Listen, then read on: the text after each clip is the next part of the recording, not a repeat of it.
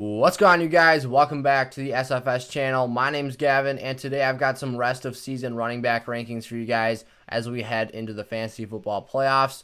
So I've got my top 24 for you guys today, and as always, if you haven't already, make sure you go down and subscribe to the channel and turn that bell on so you guys are notified whenever I come out with a new video. We're closing in on 1,000 subs here on the channel, and remember, once I hit that marker, I'll be giving away 10 draft guides for the 2021 season absolutely free, just out of my appreciation for you guys' support. So thank you so much for all the work you've done for me so far. Let's have a great finish to this fantasy season.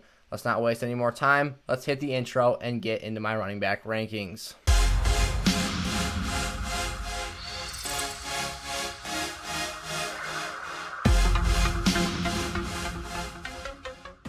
All right, starting things off here with my number 24 spot, I've got Clyde Edwards-Helaire.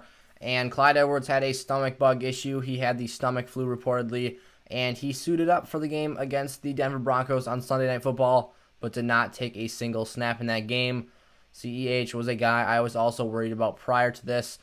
He's a guy who has been very effective in his touches, although those looks have been limited, and he has not had the volume I hoped he would see this season as a rookie. I had big expectations for Clyde coming into this season, and I think that he has certainly been impressive, but the workload just isn't there right now, and I have to see a little bit more out of him before I can move him up my list next week.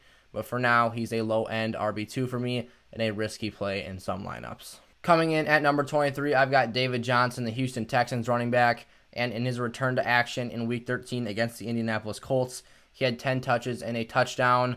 David Johnson, though, not a guy I'm super excited about here. I think he has a nice floor, but I would like to see him get integrated into that offense a little bit more here. Obviously, I always state how I'm a little bit nervous and cautious about running backs in their first game back off the IR, and obviously a concussion that was pretty significant was one of those injuries that warranted that caution. But David Johnson here's got Chicago and the Colts coming back up on the schedule. Two tougher defenses, not a cakewalk, so I'd expect David Johnson to be a little bit down in production, but still a viable option in fantasy lineups. Coming in at the number 22 spot, I've got Kareem Hunt, and this is a guy who is taking a big slip down my rankings list this time around. Kareem Hunt has not been seeing the receiving volume that we are accustomed to seeing here. Kareem Hunt in his last 3 games only has 4 catches, so definitely not the marker we're looking for him to get at here, and Nick Chubb's emergence after that injury has been very significant for Kareem Hunt's playtime. On top of that, Kareem Hunt has had very advantageous matchups the last 3 games here, and he's been pretty disappointing in all of those outings. So Kareem Hunt, definitely still a talented player. I'd love to see him get involved more in that offense, especially through the receiving game, but for now, he moves down my list a little bit and lands at the number 22 spot. Coming in at the number 21 spot, I've got J.K. Dobbins here for the rest of the season, and he looks like he has finally grasped a hold of that Ravens backfield. And prior to him going down with COVID-19, he had a 15-touch game when he looked like the true workhorse in that offense with a healthy Mark Ingram and Gus Edwards. He looked like he had complete control of that backfield, and they finally broke out of that 3 RB committee. Coming into the draft out of Ohio State, I saw J.K. Dobbins as a very productive guy in the NFL and a very explosive player. He got it done on the ground and through the air in college, and was a very highly talented prospect. There are some question marks here and some concerns about Dobbins coming into this week's game against the Cowboys, but if he sees that high touch load again, I could see him moving up this list slightly next week and being a dependable option in lineups all the way through the rest of the season. James Conner comes in at my number 20 spot for the rest of the fantasy season, and this is a guy who has been a very dependable lineup start this year, but I think starts to move back on the list as we close out the year. He's coming off COVID right now, and he's a guy who has a tougher closing schedule for that Pittsburgh team, so I think his ceiling is down a little bit. He's still a relatively safe floor play. He's going to get those carries and be used as a workhorse, but he's got to get his feet back underneath him after coming off that illness, and I think moving forward, like I said, doesn't have quite a great of an opportunity to have high production. So James Conner, still a dependable RB2, but not quite the low-end RB1 that we're used to seeing from him from earlier on this season. Coming in at my number 19 spot, I've got Kenyan Drake, the Arizona Cardinals lead back, and this is a guy who hasn't been a terribly efficient player this season, and his yards per carry isn't all that great.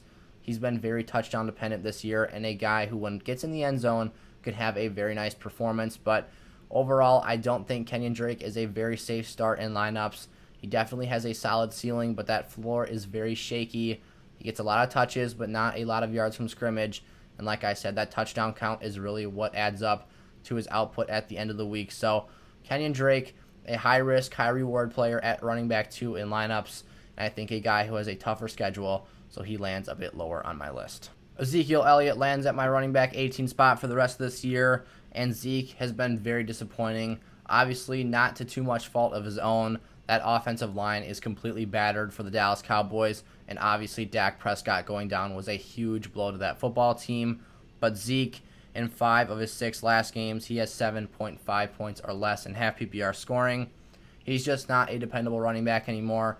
He is still one of the higher-ranked running backs for overall points this season, but the majority of that production came early on with Dak still in the lineup. So Zeke, definitely a guy who has high talent, so he is still a mid-level RB2, but week in and week out is not a dependable play anymore.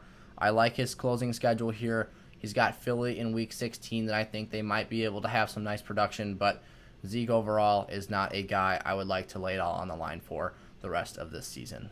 My RB17 for the rest of this year is Ronald Jones, the Tampa Bay Bucs lead back, and this is a player who absolutely should be a RB1 option in lineups here going forward, but the Bucs, just plain and simple, do not run the football enough to give him the opportunities he needs to have those type of numbers. We've seen Ronald Jones with Fournette out of the lineup be a highly effective player. This guy runs physical, he finishes runs hard, and he is very explosive, and I think he deserves 20-plus touches in a game. I mean, that Tampa Bay offense has been sputtering, and for all the talent they have not been producing up to standard, and I think Ronald Jones is the solution for this football team. Ronald Jones also has a great closing schedule here. The Buccaneers have Minnesota, Atlanta, and Detroit left on the schedule in weeks 14 through 16, and I think that he could be an absolute monster in those games, but obviously because they're not running the ball enough, he has a bit of a lower floor. Jones, though, still an extremely high ceiling play, and a guy I love in lineups the rest of the way here. So go start Ronald Jones. I think this guy could have a major impact in how leagues turn out this season, and I really hope he gets those carries down the stretch, because if he does, he is going to win leagues for fantasy managers. My RB16 for the fantasy football playoffs is Jonathan Taylor, and he is currently coming off his best game as an Indianapolis Colt and a rookie running back here in the NFL. And this is a guy going forward I think has really nice lineup value and is a very dependable starting option. He's got the Raiders next week, Houston, and one troubling game against Pittsburgh in the championship, but I think that offense is humming right now, and that ground game is so good that he might have a safe floor there, but probably not a great ceiling. But nonetheless, Jonathan Taylor, a very nice level starting player and a high-end RB2 for me, and I think he's a guy who could go even higher. The sky is the limit for this guy in that Colts offense, and I think if we continue to see him develop and have some very nice runs here and find the end zone more frequently, is a player who will be a very nice value pick in 2021. Another player who is soaring up my list this week is David Montgomery, coming in at my running back 15 spot for the fantasy playoffs. Montgomery has 4 touchdowns in his last 2 games, albeit against the bottom 2 running defenses in the NFL. But nonetheless, David Montgomery has a great closing schedule here. He's got Houston, Minnesota, and Jacksonville, so very safe floor and high ceiling option in David Montgomery here. I think going forward, this guy can change leagues and really be a huge lineup booster. So David Montgomery, a must-start player going forward, and a guy I really like in fantasy lineups. My RB14 for the rest of this season is Miles Sanders, the Philadelphia Eagles lead back.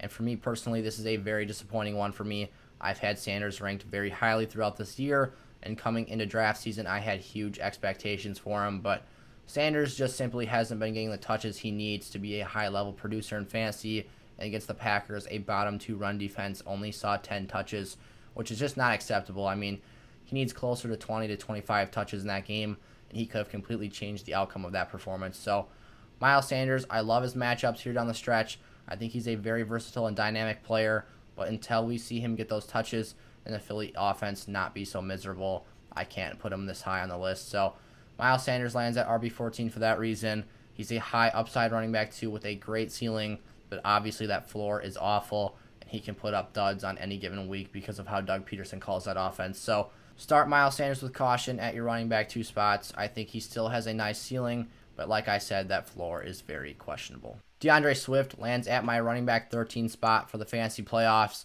and this is a guy who I think is one of the better running backs after the catch in the NFL just as a rookie, but obviously he has missed 2 games in a row now with that concussion, and he's been dealing with an illness as well. His teammate Adrian Peterson said he's not been the same since that concussion, but I am optimistic that DeAndre Swift can return and put up strong numbers again. And when we saw him as a starter in that Lions offense, he was a high-level producer and a very effective lineup piece. So let's hope for the best and that DeAndre Swift can return healthily to that Lions offense. I think if he is able to do so and become himself once again, he will be a high-end producer and a guy that can cause upsets in your fantasy leagues. So Swift, he can produce like an RB1, but until he's able to get healthy again, has his risks. I really like his production, though, when he's on the field. Now into my RB1s, we've got Raheem Mostert rounding out the back end of that group at RB12. This is a guy who I think has a very high ceiling on a week-to-week basis, and a guy that we've seen take over football games and completely dominate with that electric speed and breakaway ability. This guy can be a high-level running back in fantasy leagues, and when he's been healthy this season, we've seen him produce like an RB1, so I think he deserves to be up there in my list for the rest of this season. He's got Washington, Dallas, and Arizona going forward this year, so I think those are some opportunities for him to produce nicely. Washington is a bit of a tougher game, but after that, I think the schedule is very nice for him, and I think this is a guy with a high ceiling and a relatively safe floor in your fantasy playoffs. Coming in at RB11 for the fantasy playoffs, I've got Antonio Gibson, the Washington football team rookie, and for a guy who transitioned from wide receiver to running back out of college, he has done it flawlessly, and this is a super dynamic piece in lineups and a touchdown monster. We've only seen one game from him this season against Dallas where he was held catchless, but he also was very effective on the ground in that game and got in the end zone twice. And then Gibson, 11 touchdowns on the season against San Fran, Seattle, and Carolina this season. To end it out here, I think he has a very nice opportunity to finish strong.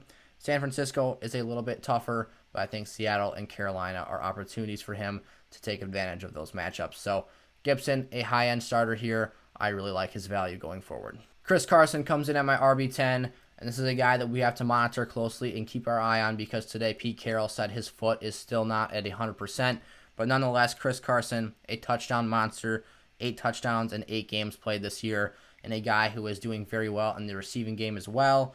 I think that with New York, Washington, and the Rams, he definitely has 2 tough games in the end of that schedule, but his touchdown production has been what's keeping him up here on the list, and I think is a guy going forward who is still going to see those goal line carries, and a guy who is going to see work in the receiving game. So Chris Carson's ability to be a dynamic playmaker keeps his floor very high in fantasy, and those touchdowns give him a nice ceiling as well.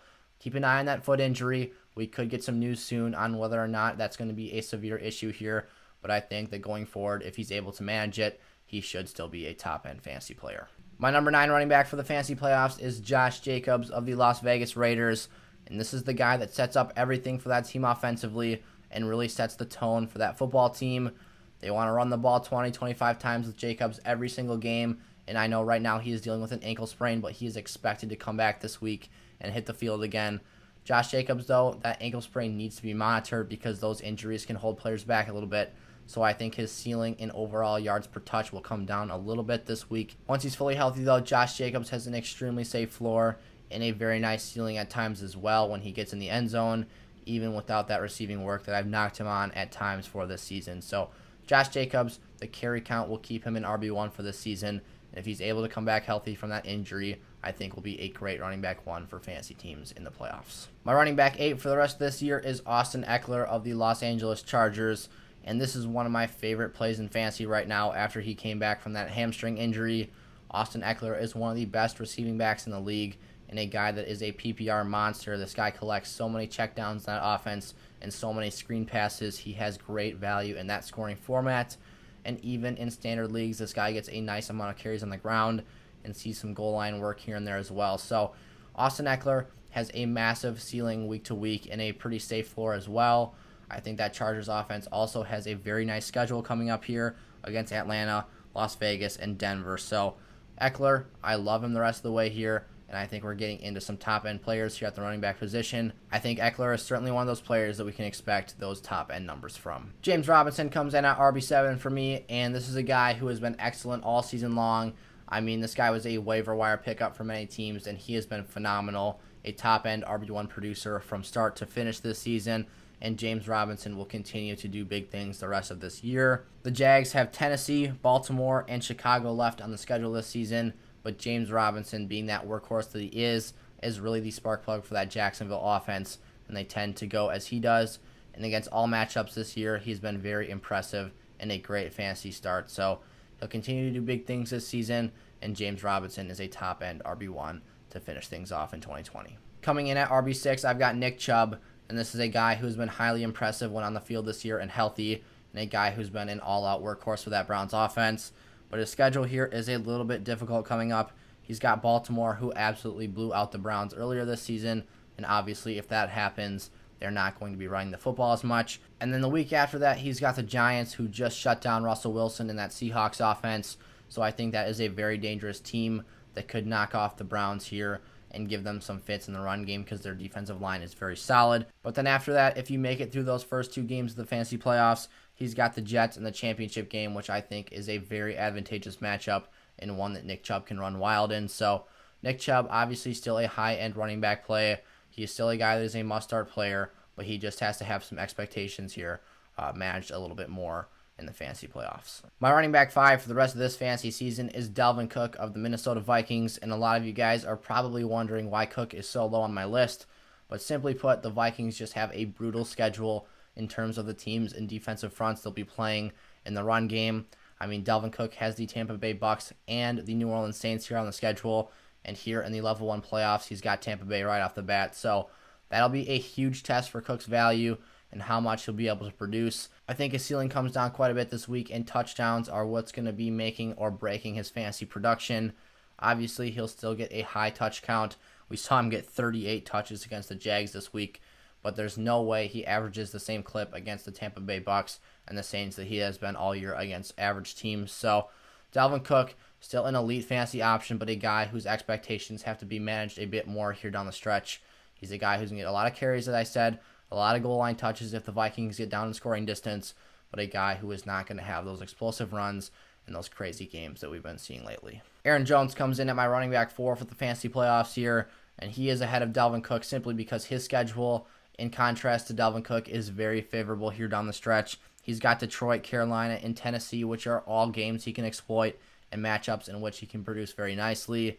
Last week, we saw his explosion finally. He broke away a 77-yard touchdown against the Eagles and put up a humongous ceiling game that we've been waiting for a long time out of him. So Aaron Jones, clearly he's still got it. This guy's got explosion in him, and he's going to be able to put up really good games here down the stretch.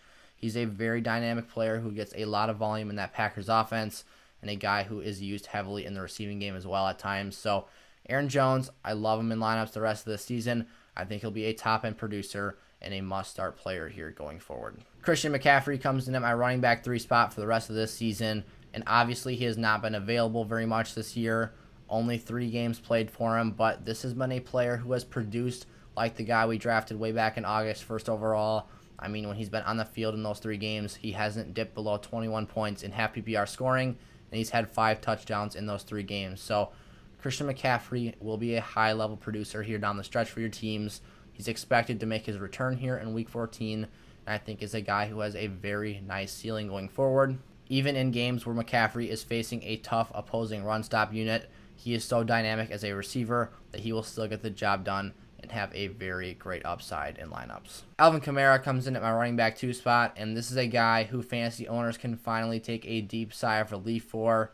There is optimism in the Saints organization that Drew Brees will be ready to go here in Week 14 against the Eagles. And for a guy who has been very underproductive with Taysom Hill in the lineup, it'll be nice to see him get out of there and see that receiving volume go back up for Kamara. He was the top player in fantasy prior to the Brees injury, and I think he'll get back on track with him being reinserted into that lineup. So Kamara finally has his ceiling go back up here. As an owner myself in many leagues, I am very happy he is going to be back on the field, and I think going forward, this guy can go back out there and win fantasy leagues. And then finally, even after last week's performance, Derrick Henry is still my running back 1 for the fantasy playoffs, and he had a very quiet, very underwhelming game against the Browns. He even fumbled and lost it in that game, so a very disappointing output for him. But Derrick Henry still has the best schedule in football for running backs in terms of fantasy here. He's got Jacksonville, Detroit, and Green Bay here weeks 14 through 16, and is going to run straight through those matchups. So I love Derrick Henry here the rest of the season. I think he's going to have some massive yardage outputs and have a high touchdown count down the stretch and probably finish as the 2-peat rushing champion. So Derrick Henry, a guy I am all over the rest of this fantasy season. And if you guys have him on your teams, do not panic. He is going to be just fine and get right back on track here against the Jags this week. Those are my top 24 running backs for the 2020 Fantasy Football Playoffs. If you guys enjoyed today's video, make sure to like, comment, and subscribe to the channel and turn that bell on so we can reach that 1,000 subscriber mark and do my draft guide giveaway. So thank you guys so much for your continued support. Let's keep working at it here this fantasy season and go out there and try and capture as many titles as we can. Thank you as always for watching. I'll see you guys later. Peace out.